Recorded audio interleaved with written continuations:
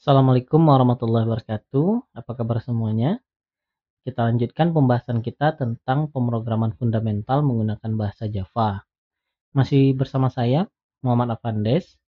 Pada video kali ini kita akan membahas yang namanya perulangan di dalam pemrograman. Sebenarnya sebuah program itu hanya terdiri dari percabangan dan perulangan saja, baik program yang kecil maupun program yang besar. Semuanya tidak lepas dari percabangan dan perulangan. Kemarin kita sudah bahas tentang yang namanya percabangan. Sekarang kita akan bahas yang namanya perulangan. Oke, kita mulai saja pembahasan kita yang pertama. Kita akan langsung cobakan sebuah perulangan biar kita langsung tahu maksudnya ya. Jadi tidak perlu memberikan definisi tentang perulangan ini.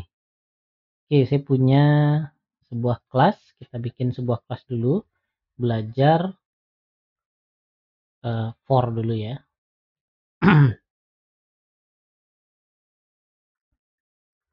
PSVM, saya bikinkan codingnya seperti ini. Misalnya 10. Terus disebutkan salam. Oke, udah jadi ya coding kita. Kita cobakan jalan. Nah, seperti ini. Ini jadi ya perulangan. Yang kita lakukan sebenarnya adalah mengulang satu perintah ini saja. Cara mengulangnya kita menggunakan statement perulangan ini. Kalau kita hanya menjalankan satu ini saja, sebenarnya yang akan di print adalah satu. Tapi kalau kita masukkan ke dalam perulangan, maka yang akan dicetak itu ada 10 totalnya.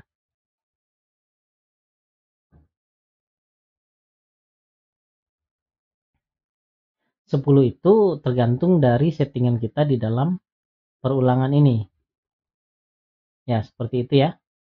Jadi di sini ada model-model perulangan, kita setting-setting di sini, maka dia akan jadi sesuai dengan jumlah yang kita inginkan. Nah, ini coding dasarnya dulu. Kita pahami dulu coding dasarnya. Yang namanya for itu ini sampai tutup kurungnya. Sedangkan coding di dalam ini kita bebas mau memasukkan coding apa aja. Sama seperti if ya. Kita bikinkan if sekian-sekian. Nanti yang di dalam if itu kita bebas mau memberikan coding apa saja. Oke, berikutnya kita kembali lagi.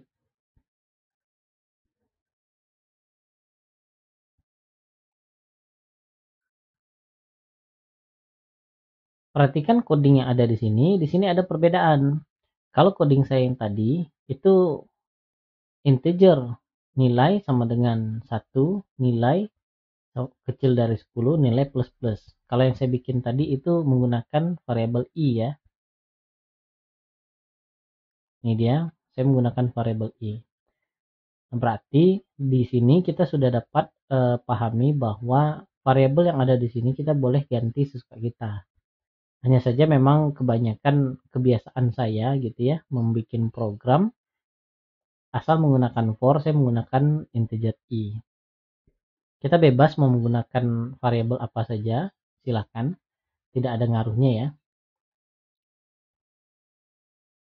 Oke, kita lanjutkan lagi. Berikutnya, bagaimana flowchart dari konsep perulangan itu? Nah, di sini saya bikinkan flowchart dari perulangan. Yang namanya perulangan itu dimulai dari nilai awal.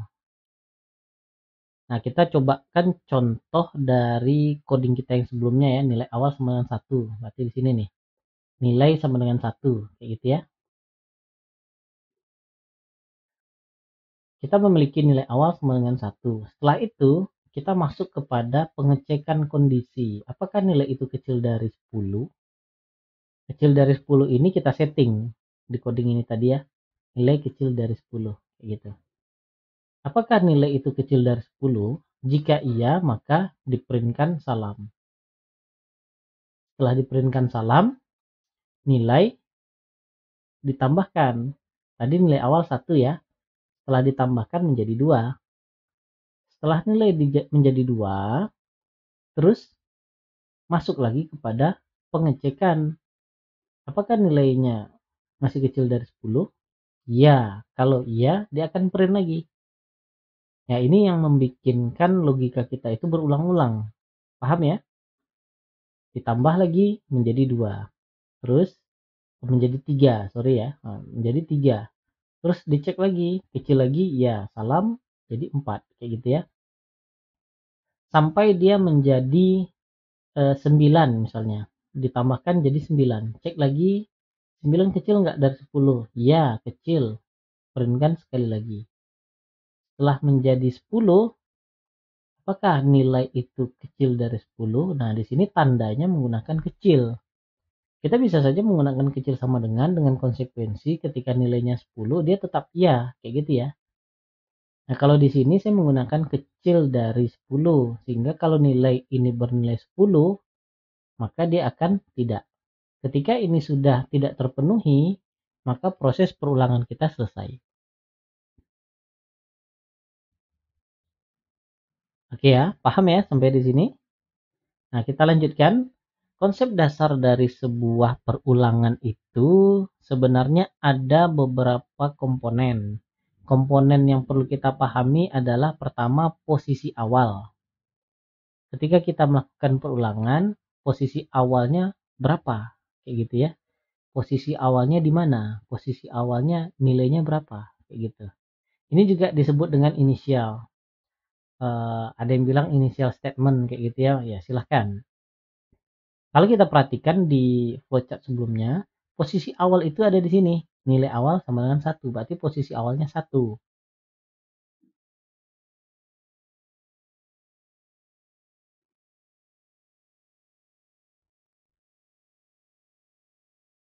Berikutnya kondisi.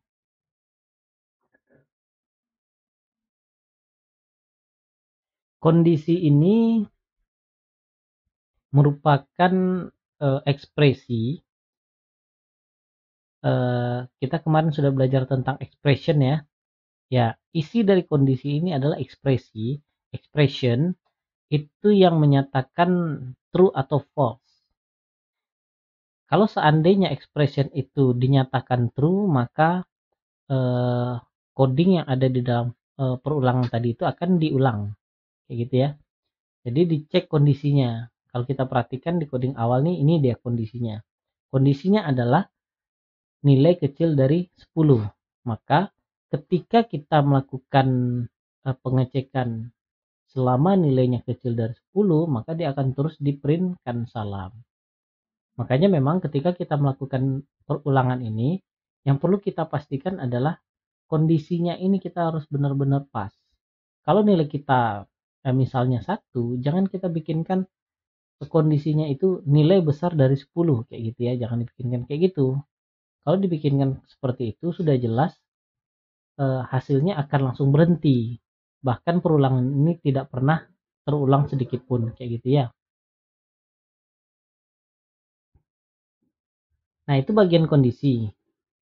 Setelah kita melakukan kondisi, ada namanya proses atau statement. Proses ini sebenarnya adalah coding program yang akan diulang. Ini dia prosesnya nih. Apa saja terserah. Kita bisa bikinkan coding program yang akan diulang itu ngeprintkan salam atau bahkan apa namanya kalau hacker itu ya men-shutdown semua komputer orang, maka dia akan di-for-kan prosesnya adalah men-shutdown komputer yang ada di jaringan itu kayak gitu ya.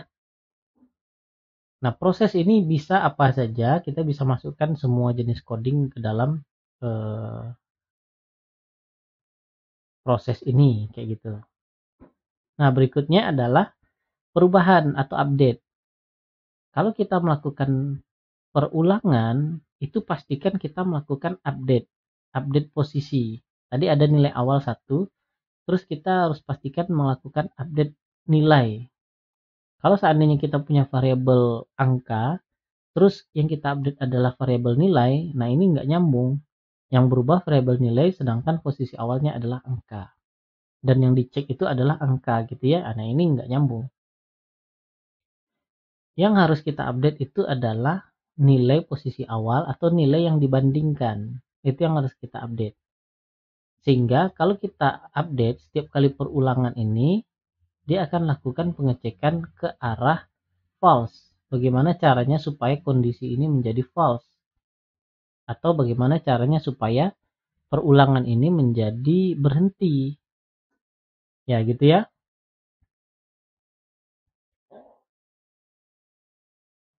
Nah, keempat konsep dasar ini harus ada di dalam perulangan sebenarnya. Misalnya seperti ini ya. Kita tidak memiliki posisi awal. Bagaimana cara kita melakukan perulangan?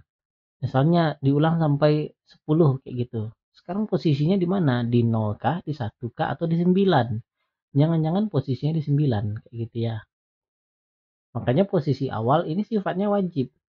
Terus kondisi. Kondisi ini memang harusnya ada. Di dalam expression memang harus ada kondisi di dalam di dalam perulangan ini harus ada kondisi atau expression. Berikutnya proses juga sebenarnya harus ada. Ngapain kita bikinkan perulangan kayak gitu 1 sampai 100 tapi nggak ada coding yang diulang kayak gitu. Nah, itu sama aja kita tidak melakukan perulangan, kita hanya melakukan putaran-putaran pengulangan kosong gitu saja tanpa ada proses yang dijalankan. Berikutnya perubahan. Dengan adanya perubahan ini, perulangan itu bisa berhenti. Jangan sampai kita tidak menggunakan perubahan atau bahkan kita menggunakan perubahan yang salah. Misalnya kalau ini ya, selagi nilainya kecil dari 10, maka proses diulang kayak gitu ya. Ternyata perubahan kita itu nilai itu kita kurangi. Maka kalau nilai itu dari 1 dikurangi jadi 0, itu akan tetap di bawah 10, jadi -1, jadi -2, begitu selanjutnya dia akan tetap di bawah 10. Harusnya ketika kita melakukan kondisi di bawah 10, kita harus melakukan perubahan angka mengarah kepada nilai batas tadi, mengarah kepada 10. Seperti itu ya. Nah, kita cobakan khusus untuk statement for. Yang kita tes tadi, kita cobakan ya. Nah, ini statement for yang sudah kita cobakan itu. Nah, bagaimana kalau seandainya kita tidak memiliki nilai awal? Kayak gitu. Nggak mau, harus ada nilai awal. Atau kita bikinkan nilai awal tidak ada, kayak gitu ya. Kita bikinkan aja integer i, kayak gitu. Ya nggak mau dia. Nah, di sini kelihatan nih, variabel i belum ada nilainya, kayak gitu kata dia. Makanya memang nilai i harus ditentukan. Kalau kita mulai dari 0 ya tulis 0. Kalau kita mulai dari 9 ya tulis 9. Nah, berikutnya kondisi. Kondisi atau expression. Nah, di sini kita pastikan expression kita itu sesuai ya dengan update-nya. Kalau update-nya plus plus berarti nilai i ini kecil akan menjadi besar mengarah kepada 10. Dari 0 ke 10 kayak gitu ya. Makanya dia plus plus. Kalau kita membikinkan besar kayak gitu ya, berarti nilai awalnya harus misalnya 20, misalnya kayak gitu, harus 20. Dan perubahan ini tidak lagi plus plus tapi minus minus, seperti itu. Nah, semua komponen yang ada di dalam perulangan itu bisa kita modifikasi, bisa kita sesuaikan sesuai kebutuhan ya. Nah, di sini yang penting kita ngerti bagaimana cara membuatkan statement for. Nah, yang paling penting adalah kita tidak bisa menukar-nukar. Di sini kan ada nih tandanya titik koma gitu ya. Kita tidak bisa menukar if-nya itu ada di sini, kondisinya itu ada di sini. Terus i minus minus ada di tengah kayak gitu atau ada di pangkal, nggak bisa. Diharapkan kita menuliskan sesuai dengan urutannya dan harus dipisah dengan titik koma seperti ini.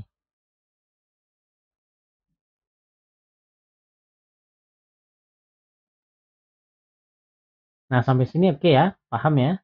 Selanjutnya kita akan masuk kepada statement while. Kalau kalian perhatikan, statement while ini berbeda dengan for. Kalau for, di dalam for-nya itu ada beberapa komponen ya. Kalau di sini kan cuma satu saja, cuma satu expression saja. Sedangkan proses nilai awalnya itu, posisi awalnya itu ada di luar while, di baris sebelumnya. Nah, begitu juga dengan nilai perubahan adanya di dalam while, kayak gitu. Nah, di dalam while ini cukup kompleks sebenarnya, tapi tetap dia memiliki 4 komponen tadi. Pertama, posisi awal. Posisi awal yang ini integer i sama dengan 1. Terus ada proses, ada kondisi, kayak gitu ya, bukan proses. Ada kondisi dan expression. Di while ini i kecil dari 10. Berarti di dalam while kondisinya dimasukkan di sini. Terus ada proses, yaitu sistem out, print, ln, salam di dalam while.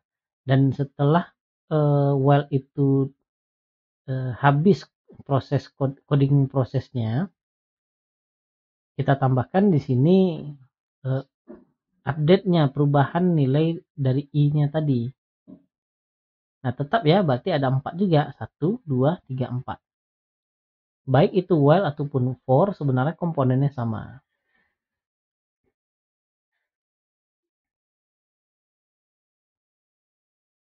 Nah, yang while itu kita cobakan ya. Nah, ini saya punya for. Jadi kalau seandainya, coba saya balikkan dulu ke awal. Nah, modelnya seperti ini. Kalau seandainya saya ingin bikinkan for, tapi modelnya itu mirip dengan yang while, bisa saja. Nah, ini saya bikinkan ya. Kalau di while itu integer i-nya diletak di atas. Nah, boleh saja for kita ini kita letakkan di atas integer while-nya. Terus i plus-plusnya di mana diletakkan? Di bawah sini kan? Nah, kita cobakan letakkan di bawah situ. Nah, sebenarnya for juga bisa seperti itu. Hanya saja kalau kita menggunakan for, di sini kan ada apa ya? Ada janggal juga gitu ya. For itu dia harus terdiri dari 3 komponen di dalamnya. Nilai awal, kondisi atau expression, terus update, perubahan. Karena kita memindahkan nilai awalnya itu keluar, maka nilai awal di sini kosong. Kita tetap harus nuliskan kosong kayak gitu. Terus harus dipisah dengan titik koma. Nggak bisa kalau seandainya tidak ada titik koma, itu nggak mau dia. Makanya kita biarkan saja kosong. Terus di tengah-tengah ada apa namanya, kondisi. Terus ada titik koma lagi. Setelah itu kosong kayak gitu ya. Nilai perubahannya ada di sini. Nah, ini sebenarnya model for juga, tapi dia mirip dengan while. Hasilnya sih sama aja. Ya, sama ya, nggak ada perubahan sih sebenarnya kalau masalah hasil. Nah, antara while dan for bedanya cuma itu. Kalau seandainya kita kerepotan bikin model seperti ini, kita nyaman, kita bisa ganti menjadi while. Nah, kalau while kita tidak perlu lagi tanda titik koma tadi. Ya, tak perlu titik koma itu. Kita tinggal hapus saja titik komanya. Nah, kita jalankan. Hasilnya ya tetap sama. Oke ya. Nah, ini model dari for dan while. Berikutnya ada do while. Do while itu sama dengan while, hanya saja posisi while-nya itu di ujung bawah. Sedangkan kalau while tadi, while-nya itu di posisi do ini. Intinya sih sama, kondisinya sama. Yang membedakan itu adalah kalau kita menggunakan while, coba kita mundur lagi, kita menggunakan while, kondisi ini dievaluasi di awal sekali sebelum kita menjalankan perintah salam ini gitu ya. Kalau di while, makanya posisi prosesnya itu di pangkal. Sedangkan do while dia akan melakukan dulu proses pencetakan, berhenti kalau seandainya kondisi tidak terpenuhi. Kalau memang dari awal itu kondisi tidak terpenuhi sekalipun, misalnya i kecil dari 10 gitu ya, saya masukkan saja i-nya 11. Berarti kan perulangan pertama memang sudah tidak terpenuhi, kayak gitu ya. Nah, di dalam do while, perulangan pertama itu pasti akan dijalankan oleh do while. Dia akan dijalankan dulu proses ini baru dicek. Kalau while dicek dulu baru dijalankan, kayak gitu. Ini hanya perbedaan apa ya, model perulangan saja antara while dan do while. Bisa jadi kita akan menggunakan do while atau bisa jadi kita akan menggunakan while. Ya, ini tidak terlalu signifikan sekali ya dampaknya. Nah, oke. Kita sudah membahas tentang for, while, dan do while. Apa yang kita lakukan di sini sebenarnya adalah kita memanfaatkan perulangan ini untuk kebutuhan kita. Misalnya, ketika kita memiliki perulangan, kita bisa eh, menambahkan variabel i ke dalam proses kita. Misalnya salam ke, gitu ya, saya tambahkan i. Maka ketika ini saya jalankan, hasil outputnya salam ke 0 sampai ke 9. Totalnya 10 ya, berarti dari 0 sampai ke 9. Saya bisa manfaatkan i ini untuk melakukan proses-proses tertentu. Misalnya ketika kita ingin menjumlahkan setiap angka dari 0 sampai sekian, kayak gitu ya. Ini contoh sampai 9 kayak gitu ya. Bisa saja saya tinggal bikinkan jumlah integer jumlah sama dengan 0 kayak gitu ya. Terus di sini saya bikinkan jumlah plus sama dengan i. Bisa saja saya bikinkan seperti itu. Terus saya bikinkan jumlah sama dengan, nah di sini saya bikinkan jumlah run kayak gitu ya.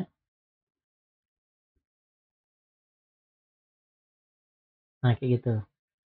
Awalnya 0 ditambah 1 1 ditambah 2 3 ditambah 3 6 ditambah 4 10 ditambah 5 15 kayak gitu dan seterusnya sampai 45 kayak gitu ya. Kita bisa manfaatkan ini untuk kalkulasi. Banyak hal sebenarnya yang bisa kita manfaatkan khususnya di iterator i-nya itu. Oke ya, sampai sini paham ya. Jadi selain kita bisa melakukan perulangan, kita juga bisa memanfaatkan nilai apa ya, perulangannya itu atau nilai dari iteratornya itu untuk kita manfaatkan dalam perhitungan-perhitungan coding program kita. Ya tentunya contohnya akan banyak sekali ya. Kalian bisa explore sendiri contoh-contoh coding menggunakan for.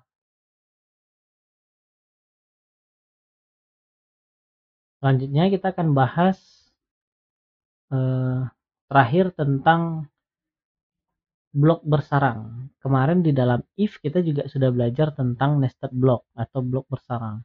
Atau di dalam if itu ada if lagi, kayak gitu ya. Nah, sekarang kita juga ketemu dengan nested block untuk for.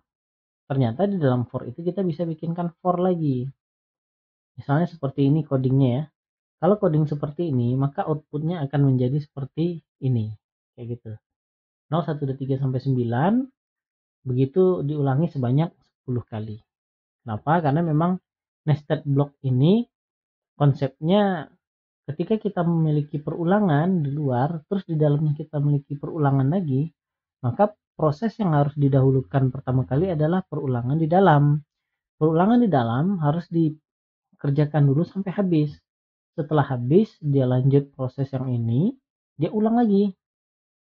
Setelah dia ulang lagi, ketemu for lagi, for ini dulu dituntaskan. Jadi setiap kali perubahan for yang ini, dia akan menuntaskan for ini dulu sebanyak jumlah batasnya, kayak gitu ya.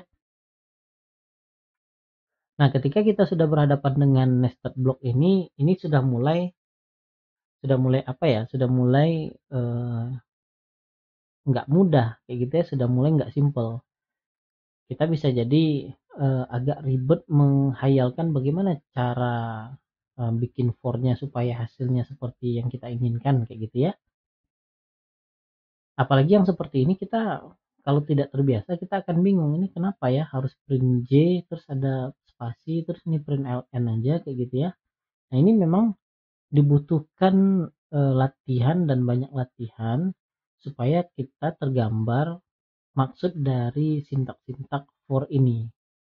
Sebenarnya tidak sulit sih, kita cukup nyiapkan waktu saja untuk benar-benar memahami maksud dari coding-coding yang menggunakan for ini. Bahkan dari beberapa orang juga bisa langsung membayangkan output yang akan dihasilkan dari coding for seperti ini. Ya tadi sudah saya tunjukkan juga ya model outputnya seperti itu ya. Nah kayak gini. Sebenarnya untuk latihan-latihan kalian bisa membikinkan model-model for yang bisa menghasilkan output-output tertentu. Misalnya di sini kan ada nih seperti ini ya. Kita hilangkan aja, kita kosongkan saja angka yang ada di sini sampai sini. Jadi yang muncul itu adalah yang tepi-tepi saja. 0, 1, 2, 3, 4, 5, 6, 7, 8, 9, 10. Oh sampai 9 saja. Terus 0, 1, 2, 3, 4 sampai 9. Terus 99 gitu. Yang muncul itu cuma tepi-tepinya saja. Nah, bisa enggak kita membikinkan seperti itu? Nah, untuk membikinkan seperti itu kita menggunakan for. Bisa saja di dalam for itu ada for lagi. Terus di dalam for itu ada if, seperti itu ya. Nah, ini tidak terbatas dengan bagaimana cara kita mengimplementasikan for.